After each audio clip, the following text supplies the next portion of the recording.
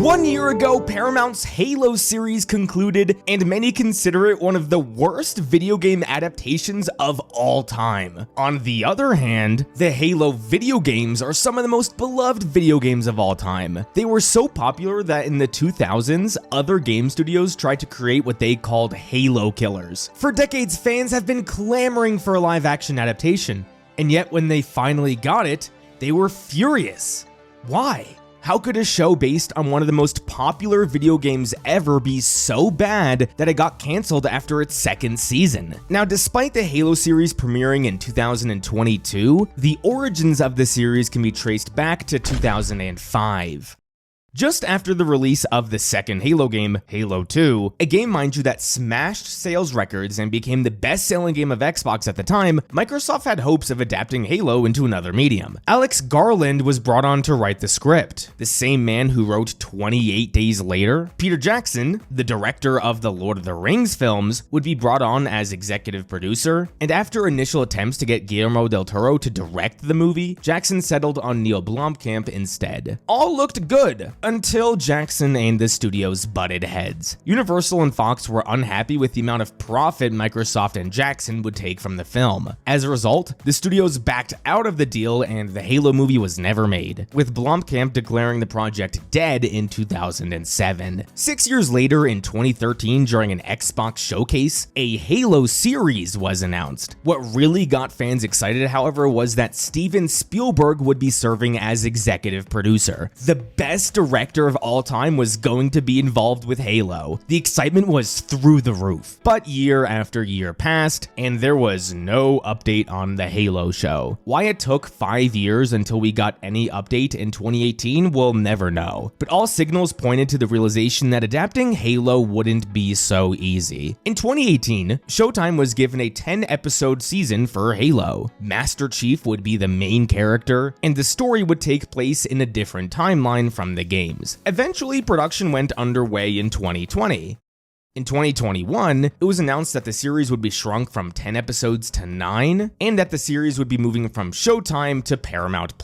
Stephen Kane was brought on to serve as showrunner and lead writer. Kane was not a well-established writer, having limited credits to his name. What really excited fans, however, was that Kane said when writing the show, he didn't look at the games. Yeah, that's a great way to stay faithful to the source material. In his exact quote, Kane said, "We didn't look at the game. We didn't talk about the game. We talked about the characters and the world, so I never felt limited by it being a game." Season 1 premiered in March 2022, and the fact that Kane never looked at the games became very obvious because the story was nothing like the games. So many factors went into the disaster that was the first season of Halo. You can't pinpoint one thing and say that's the reason why the show failed. But if you had to pick the biggest reason why the show failed, it would be that Halo was a big budget TV series. What is Halo? What are the games actually about? Halo was a military shooter about the survival of humanity. In a futuristic galaxy, an alien alliance known as the Covenant vows to destroy humanity. After fighting a losing war and suffering billions of casualties, humanity is on its last leg when it discovers a Halo ring. Halo is a game that makes you feel proud to fight for humanity. It glorifies war in a way that makes sense because unlike wars on Earth that are mostly just politicians sending troops to kill each other, Halo is pretty black and white. There is an alien race that wants to exterminate humanity. This is not an exaggeration. It is the openly stated goal of the Covenant to kill every single human in existence. Halo also has these wide, epic battles that perfectly capture the scale of this conflict. Since the games take place 500 years in the future, and since there's an alien alliance as the main enemies, you have so many different sci-fi elements to Halo. Spaceships, different aliens, different weapons, unique locations, all of it. If you look specifically at Halo 2 and 3, those games are massive in scale. Why do I bring this all up? The nature of the games needs to be emphasized because it is impossible to capture the Halo story properly in a live-action TV show. It realistically cannot be done. TV shows in this streaming era have been given similar budgets to blockbuster movies.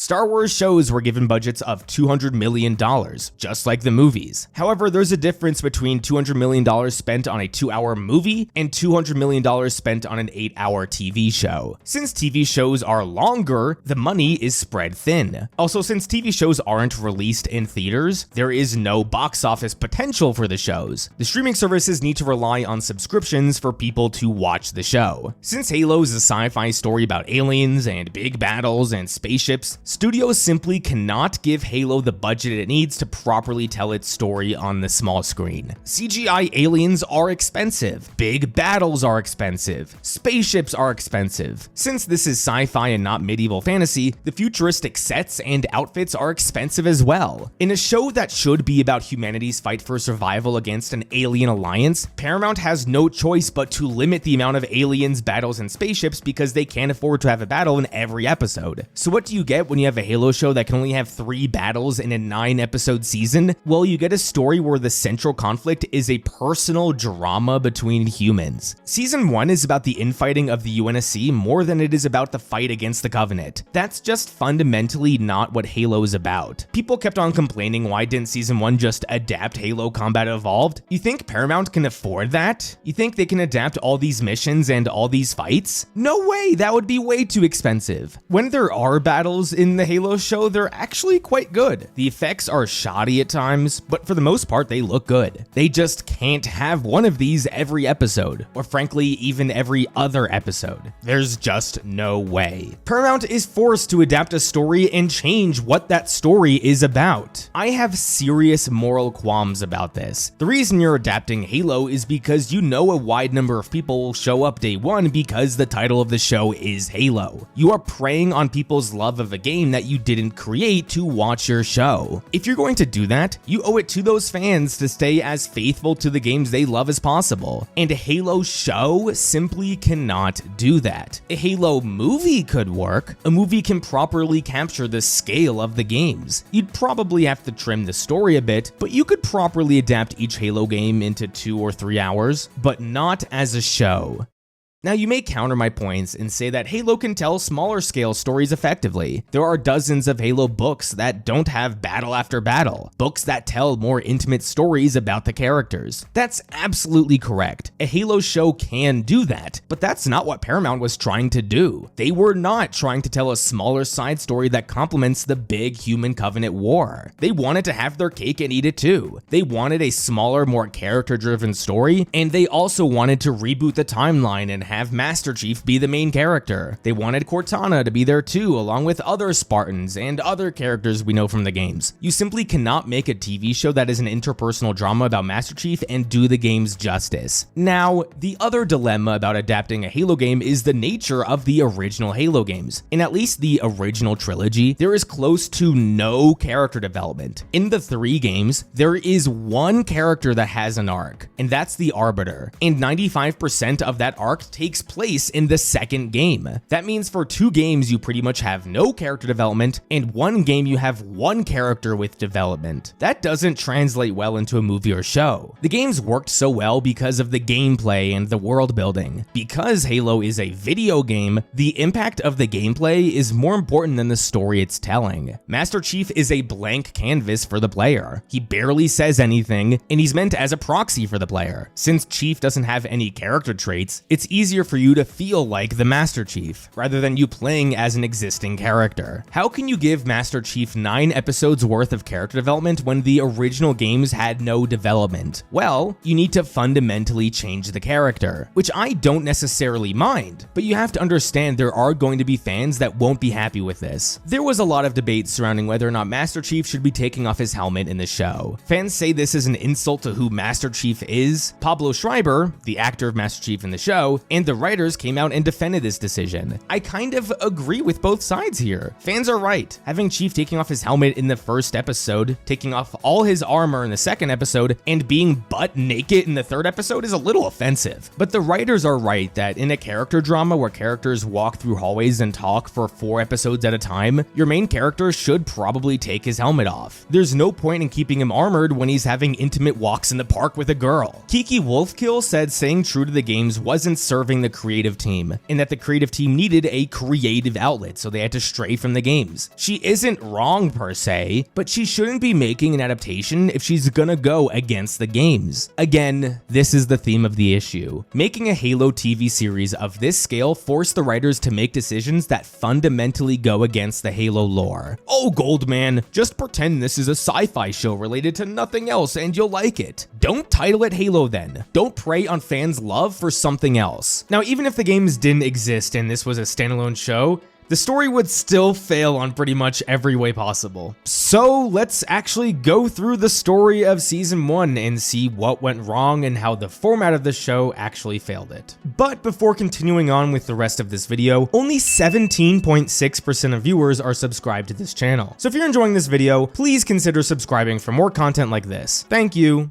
So we already know with season 1 that this isn't going to try to follow the games at all. Fine. But what I will say is that the season opened relatively effectively. First, they show these colonists who are talking about the UNSC and the Spartans. They say the Spartans are fierce warriors, super soldiers, whatever. Then the Covenant attacks and these colonists get mollywopped. To contrast this, the Spartans arrive and kill all the elites without a single one of them getting hurt. It's a good way to show how superior the Spartans are compared to the normal person. We also see how emotionless the Spartans are, which is a big part of their characters this season. Fine opening. Everything after that is a disaster. They find the Forerunner artifact. This gives Master Chief visions of his childhood, and then he starts to rebel once the UNSC orders him to kill Kwan. For the first 5 episodes at least, which is more than half the season, there's no effort to portray the war effort. Humanity's last stand of survival? No. The Covenant is just a minor inconvenience as Halsey tries to advance humanity. Any camaraderie and character building between the soldiers? No. There's no focus on existential dread at all. It's just a character drama. So right off the bat, no attempt to even honor the feelings of the game. Instead of focusing on the war effort, they focus on the Spartan backstory. The backstory is without question interesting. Kids who were abducted to become super soldiers who end up saving humanity is such a fascinating concept. It raises moral questions about whether the ends justify the means. Was it right to kidnap kids if it meant humanity could be saved? I like the exploration of this, but it can't be the driving force of your story. We don't care enough about John or the other Spartans yet. So devoting 5 episodes to John figuring out his backstory drives the pacing of the show to a screeching halt. The 4th episode is so bad. They arrive on this planet, John is digging holes to find pictures he drew when he was younger, and then through his visions he happens to find the 2nd artifact. There's just something about Master Chief digging holes for an episode that is so funny to me. Also, right as they land, Chief puts on his helmet, and then 15 seconds later, after he drives the Warthog, he takes it off again. While John is doing a scavenger hunt for his past, back at the UNSC, Miranda Keyes is constantly complaining about her mother. Poor girl. I have never seen someone have bigger mommy issues than Miranda. Almost every scene with her involves her complaining about her mother in some way. This is Miranda Keyes, the same woman who in the games recklessly flew a pelican through a window to try and kill a Covenant prophet. Halsey, I don't think, mentions her once in these early episodes. And Miranda feels so fake because she's constantly complaining about her mother, and then when she interacts with her mother for the first time in the series, she's totally cordial and has nothing bad to say. As we'll see in a second, there's a theme this season tries to explore about the importance of humanity or whatever. What does Miranda's story have anything to do with this? The writers are just padding the runtime here. We gotta have a 9-episode season, these episodes have to be roughly 50 minutes to an hour, and we can't have aliens in most of them, so let's have this girl complain about her mother for the whole time. Lovely. The most interesting part of these early episodes is probably Kai discovering her humanity. Instead of having emotional breakdowns left and right like Chief does, she's vibing and exploring herself. When Kai dyes her hair and she tells Miranda it looks awful, sue me, that moment made me chuckle. I know this is later in the season, but the part when she's just having fun lifting warthogs was awesome. It shows how strong the Spartans are, and it gives her personality. Now, even if you're into this character drama type stuff that the Halo show tries to do, it needs to be noted how poorly written this all is. Good lord. When the season begins, the Covenant attack this Madrigal base. Why are they killing all these humans when it's clear that excavating this artifact is actually their mission? I couldn't tell you. Now, if you follow the games, you would know that the Covenant are always ordered to kill as many humans as possible. The genocide against the human race is a big part of the war, but that's not mentioned in the show. In fact, the reason why this war exists is never mentioned. We get get scenes with Maquis and the Covenant prophets, but they never explain, even in bad exposition, why the war is happening. The conveniences in this show are through the roof, by the way. The UNSC is frankly so lucky that their best super soldier was sent to fight the Covenant on this one planet. This planet also happens to have part of an artifact that leads to a super weapon, and their best super soldier also happens to be one of the 2 people in the whole galaxy who can interact with this artifact. Mind you, this super soldier also happened to grow up right next to the second part of this artifact, so he can now use his visions of the past that can lead him to the second artifact. This is terrible writing. What's even worse is that they made these drastic changes to the lore so this terrible plotline can make sense, and these drastic changes have major consequences that screw up the rest of the lore. For some reason, Master Chief is the chosen one. In the games, he's just a super soldier who is really good at fighting and has a little luck, but not in the show. Only him and Maquis can interact with the artifacts. To use Halo terms, John and Maquis are the only reclaimers.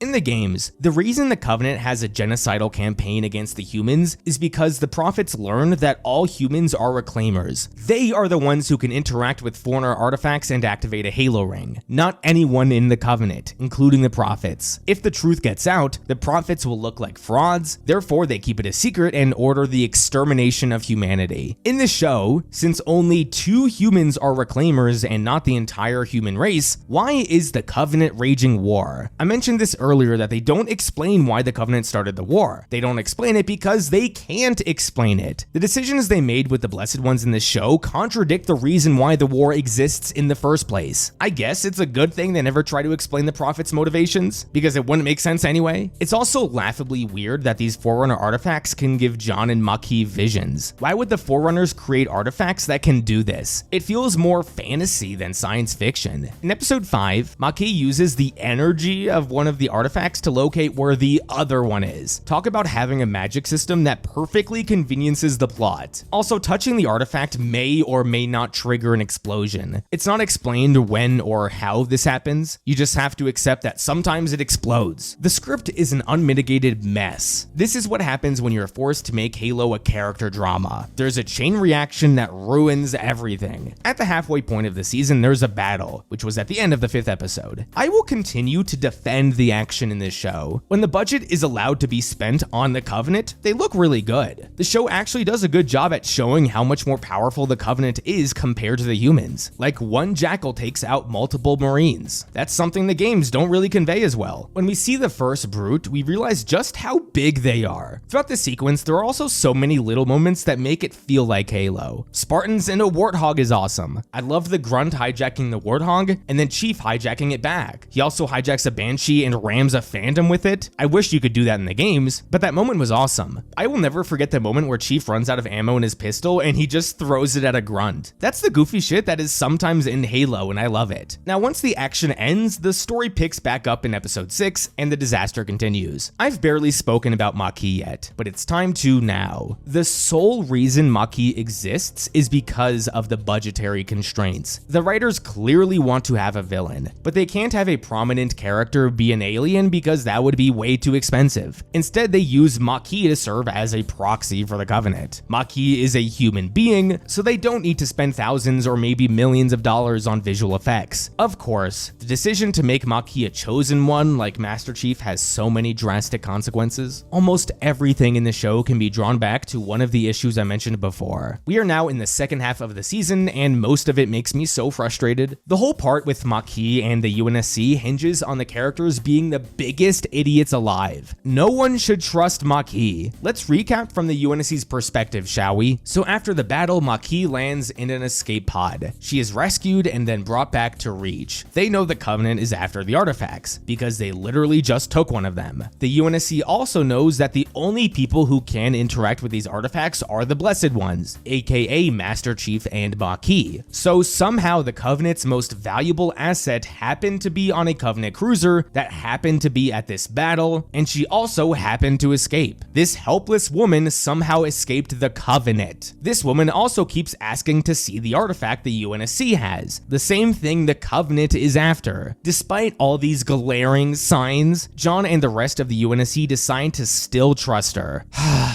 This whole series of episodes is so frustrating. And of course, the biggest crime of them all is when John has sex with Maki. Other than Master Chief having sex being so weird, what he's doing is borderline rape, because Maki is a prisoner of war, and he's having sex with her. I also find it so funny that Maki has been indoctrinated by the Covenant almost her whole life, and all it took was her getting dicked for her to overcome that indoctrination. You can't write Halo better than that. Now in these final episodes, instead of the conflict being about battling the Covenant or whatever, it's mostly about an internal conflict between John, Halsey, and the UNSC. Halsey wants the artifact so she can discover the next step of human evolution. Why she assumes that artifacts that lead to a weapon could help her progress human evolution is something I'll never understand. This whole plot about Halsey sending Spartans after John is just so uninteresting and so not Halo. I don't want to see Spartans fight each other. I want to see them fight aliens. But they can't spend too much money on making the aliens the bad guys, so let's make the UNSC and Halsey the bad guys.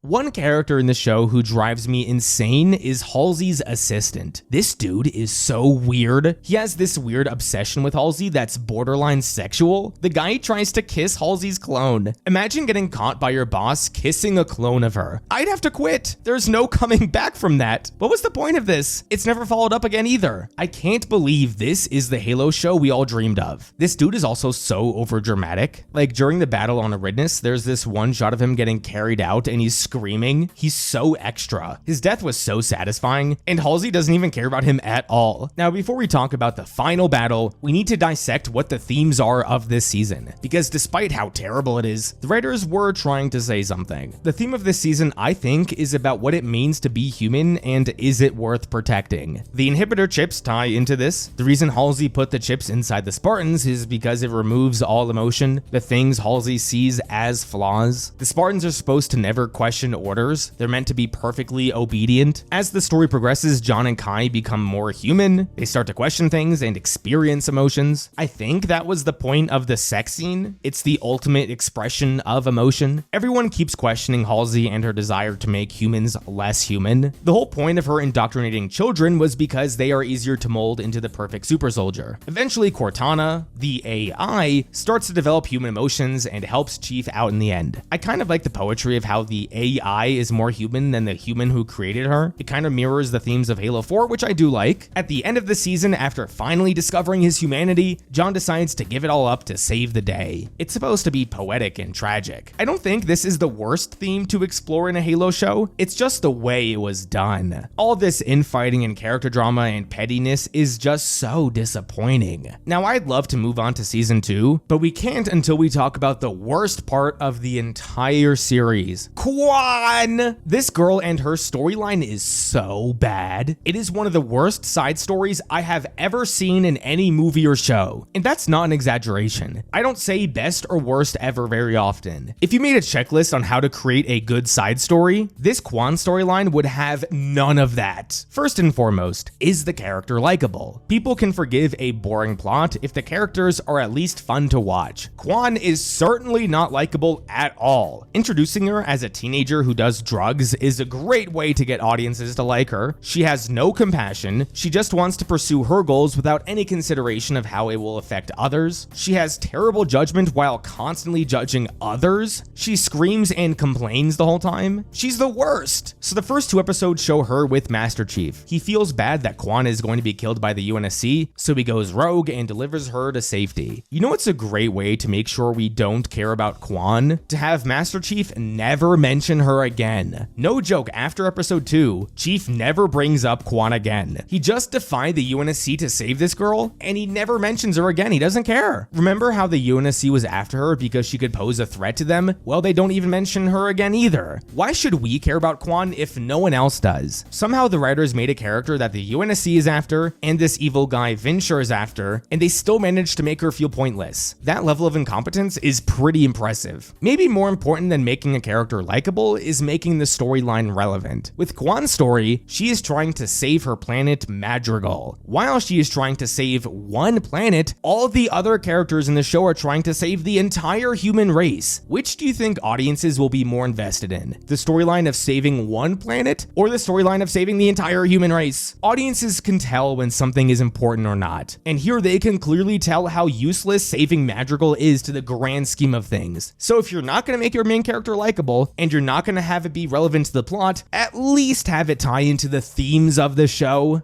Does it? No. There's no arc here or any point to the story. It's just all plot. There's nothing here that even remotely ties into the themes of humanity or whatever. In the second episode, the show does some world building with the rubble. Okay, that's kind of cool. Is there anything we learn here that is relevant to the characters, plot, or themes? No. The worst part is that they also made Kwan a chosen one. For some reason, she comes from a special family that has a deep connection to the flood or something. I question if in season 1 this was even intentional, because this whole storyline leads to Kwan finding this portal in season 1, and that is the culmination of her story. But come season 2, Madrigal is glassed and that portal is never used. But they kind of keep the part about her having deep connections to the flood, so I don't know if this was always the intention back in season 1.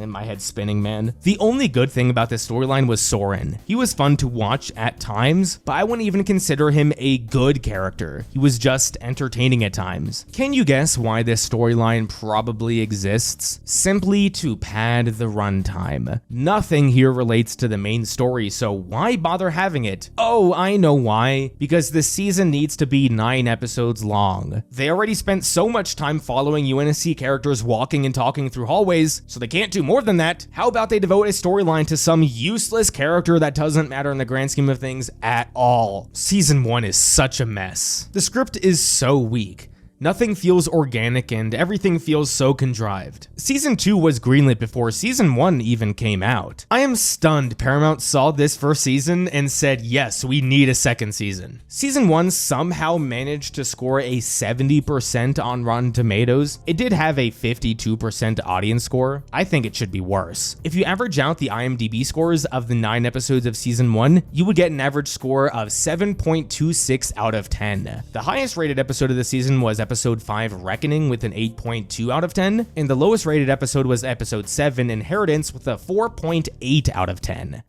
Strangely enough, Stephen Kane announced he would not be returning to Halo Season 2 over a year before Season 1 even released. Why? It's not entirely clear. Maybe he was fed up with this franchise he didn't care about in the first place. Season 2 brought on David Weiner. I know I just spent the first 45 minutes of this video shitting on Season 1, but Season 2 is not the worst thing in the world. Given how this show handicapped itself, and given how terrible Season 1 was, Season 2 was a big improvement. Would I say it was great? No, but it was a much better written season of television. It still, however, has a lot of issues, as we'll go over. Immediately, what you'll notice with Season 2 is that so much of the ending of Season 1 was undone. Chief gave up his humanity to save humanity. Well, after a 10-second shot of Chief getting Cortana removed, he's back to normal. Kwan spent the entirety of Season 1 trying to rescue Madrigal. Well, it was glassed off screen. Maki is dead. Well, no, she's alive. The question I need to ask myself is whether or not this was a good decision. If you have a season of a show that was so bad and you were forced to make another season, are you better off trying to separate yourself from that bad season or try to build upon it? I think in this case, you're better off trying to undo the previous season. They still kept the main parts of the character development, but they just ignored anything that would potentially handicap them in Season 2. One thing I want to quickly mention before diving into the story are the visuals. This season has significantly better cinematography compared to Season 1. The locations look a lot more vibrant, a handful of scenes are just more visually pleasing, and the effects overall got much better. So credit where it's due, the season looks much better. Season 2 still suffers a lot of the same problems as Season 1. Because this is a show that has a limited budget, certain decisions have to be made to the story to accommodate said budget. Like Season 1, there are still only 3 major battles. Granted, these battles are much better and bigger in scale, especially the Fall of Reach and the battle at the Halo. Season 2 2 only had 8 episodes compared to the 9 of season 1. Less episodes means more money devoted to each episode, so I wonder if that's why there is so much more action this season. But still, a lot of these action sequences are kind of hard to see. There's a lot of shaky cam during these battles. Shaky cam is a great way to mask CGI. Alien models don't need to look as real if you can barely notice little details. I'll give season 1 this. The battles and fights were really clear and well filmed, while here it's a lot less clear. Many of the action sequences are also just cloudy, which again makes it easier to mask or simply hide CGI. This is a really minute point. In the second half of the season, we see Kai do some training in a virtual hallway. This happens to be the same exact hallway on Reach that Vanek died in, and where the rest of the main characters made their final stand. Clearly they just reused this set, but it's so jarring that Kai's training location is the exact same place where part of the Reach episode was filmed. Anyway, the plot of the season is kind of split into two. The fall of Reach is the first half, and the second half is John's revenge quest, kind of.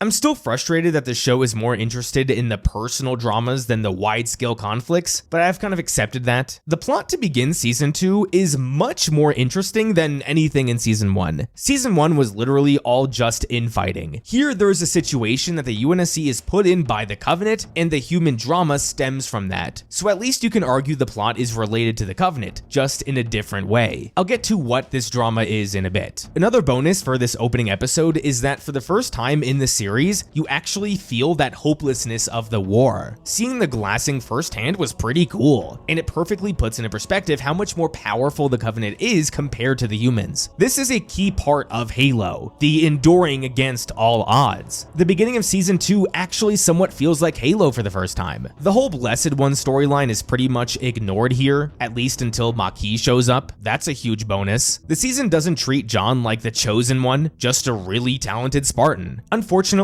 so much of the damage from season 1 to John is still here. The show has a lot of work to do to make John a likable character. They do a better job this season, but it's not perfect. He begins the season acting like a maniac. You know, he keeps telling Ackerson and Oni that the Covenant is invading Reach and they don't believe him. Even though he was ultimately correct about the Covenant and Reach, he still acts so recklessly. So the central conflict is surrounded around this. Chief thinks the Covenant is invading Reach, and Ackerson is doing everything he can to discredit John. Initially, we think Ackerson believes this just because he doesn't trust John and because he hates the Spartan program. Given the events of season 1, literally everyone has a reason not to trust John, so this makes sense. But eventually we learn he knows the Covenant is on Reach, and he's trying to evacuate quickly and not start a mass panic. That's an interesting moral dilemma. Do you save the few, or do you try and save the many, risking not saving anyone at all? I'm much more inclined to believe Ackerson is in the wrong. People deserve a chance to survive, but still it's a much more interesting dilemma than anything in season 1. There's still some quirky moments that make me scratch my head. John talks a lot about how much he misses Cortana, even going to a Blade Runner-esque brothel to try and ease that pain. It's pretty weird considering Chief and Cortana were friends for like a day. John only started trusting Cortana in the season 1 finale. He went on one mission with her, and now he desperately misses her? That feels weird. With Ackerson, I get his hatred for the Spartans. Halsey took his sister and she died during the Spartan program. As a result, Ackerson has a vendetta against her, but it is simple malpractice to gleefully get rid of the best weapons you have, especially when you're fighting a losing war. Eventually, Oni leaves and we get the Battle of Reach. I know Halo fans criticize this battle because how dare they depict the fall of Reach in one day and have no Spartans in their armor fighting during the battle, so I'm gonna defend the Battle of Reach because frankly, this episode was well done. It feels like Halo, despite not seeing Spartans in their armor. The hopelessness and tragedy conveyed here was perfect. Whenever I think about the games, I just think about how cruel the Covenant is to the humans, especially when you're playing the game Halo Reach. It just feels like such a waste of life. This episode of the show conveyed a similar feeling. The elite prayer that Perez translated at the end of the previous episode was badass. There were a lot of little moments in this episode that worked quite well, like when Chief and Perez find this antique shop and this woman argues for staying behind to protect humanity's history. It's quite depressing knowing that such old artifacts are going to be needlessly destroyed. Chief also has some deep talks with Perez about knowing he will live and others won't. There's a hint of survivorship guilt in there, and that's an interesting trait to give the Master Chief. I might get hate for this, but narratively getting rid of their armor was a smart choice. Yeah, the battle feels less cool, but without their armor, the humans are really screwed. It feels like all the odds are against them now. That is what I want from a Halo story. It also sets up John's anger later on, which is totally justified, by the way. The best part of the entire series has to be Keyes' speech. This speech is one of the best moments in any Halo product. I know the show kind of stinks as a whole, but I was ready to run through a wall for this man. He talks about the best of the Marines, how their sacrifice will let others live in a world without war, and it made you feel proud to fight for humanity. This is Halo. This is what I signed up for when I wanted to watch a Halo show. I know it's a little disappointing that they kill Keyes here because that's such a departure from the games, but all of that is redeemed because of his speech. Bravo. The season made an attempt with its early episodes to give Vanek and Riz, the other two Spartans who had no development in season 1, some character development here. Vanek has a few moments where he shares some of his personality. He talks about how much he enjoys watching birds, which was kind of funny. Then they ended up killing him off. Yeah, he wasn't the most well-developed character in the world, but there was enough there to make me care about the guy. Riz's arc was also a neat thing to happen in this season. She had a really bad injury at the end of the first season, and I like this season exploring the ramifications of that. I have zero military experience, but I'm sure there are plenty of others who can relate to dealing with injuries and how that affects your mental health. Riz thought she still had it in her, but she just couldn't keep up. It's actually quite a beautiful message to send that it's okay to hang it up and move on. Riz wanted to move on with the next chapter of her life, and she was excited about that. It was a short arc, but one that worked quite well for me.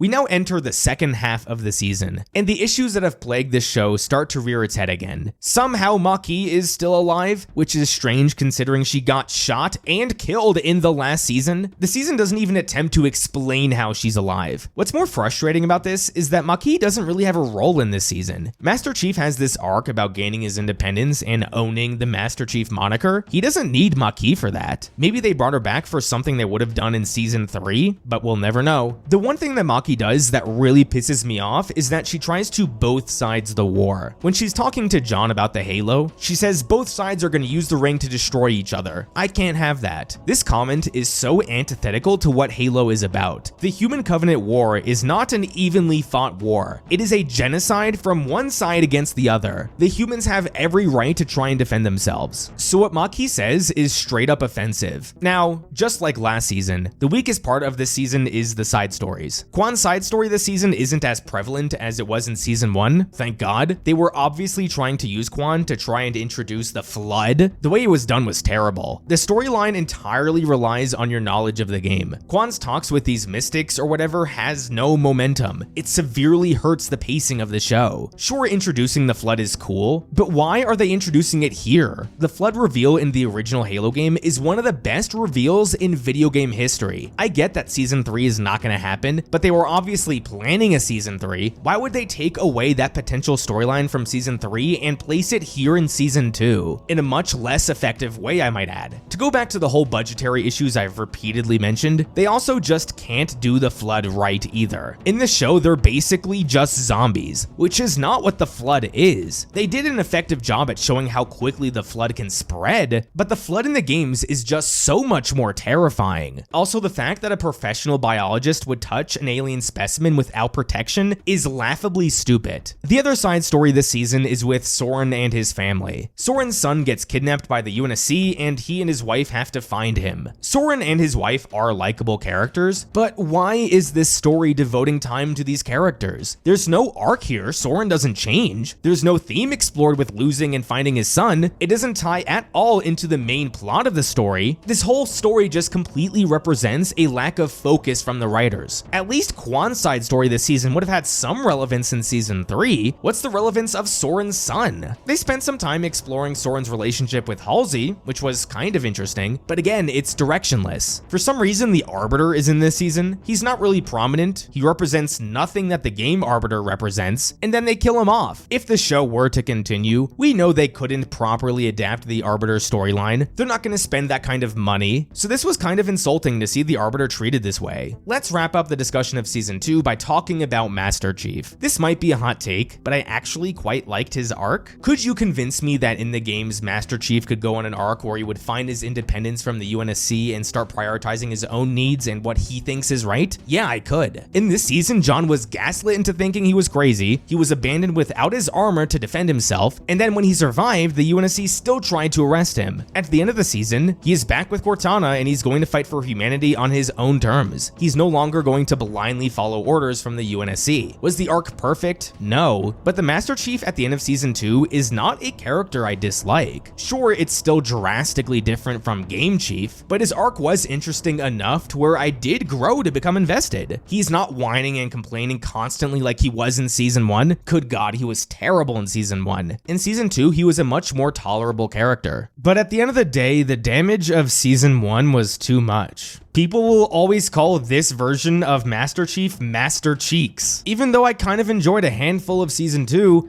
it wasn't enough to overcome the damage that Season 1 did.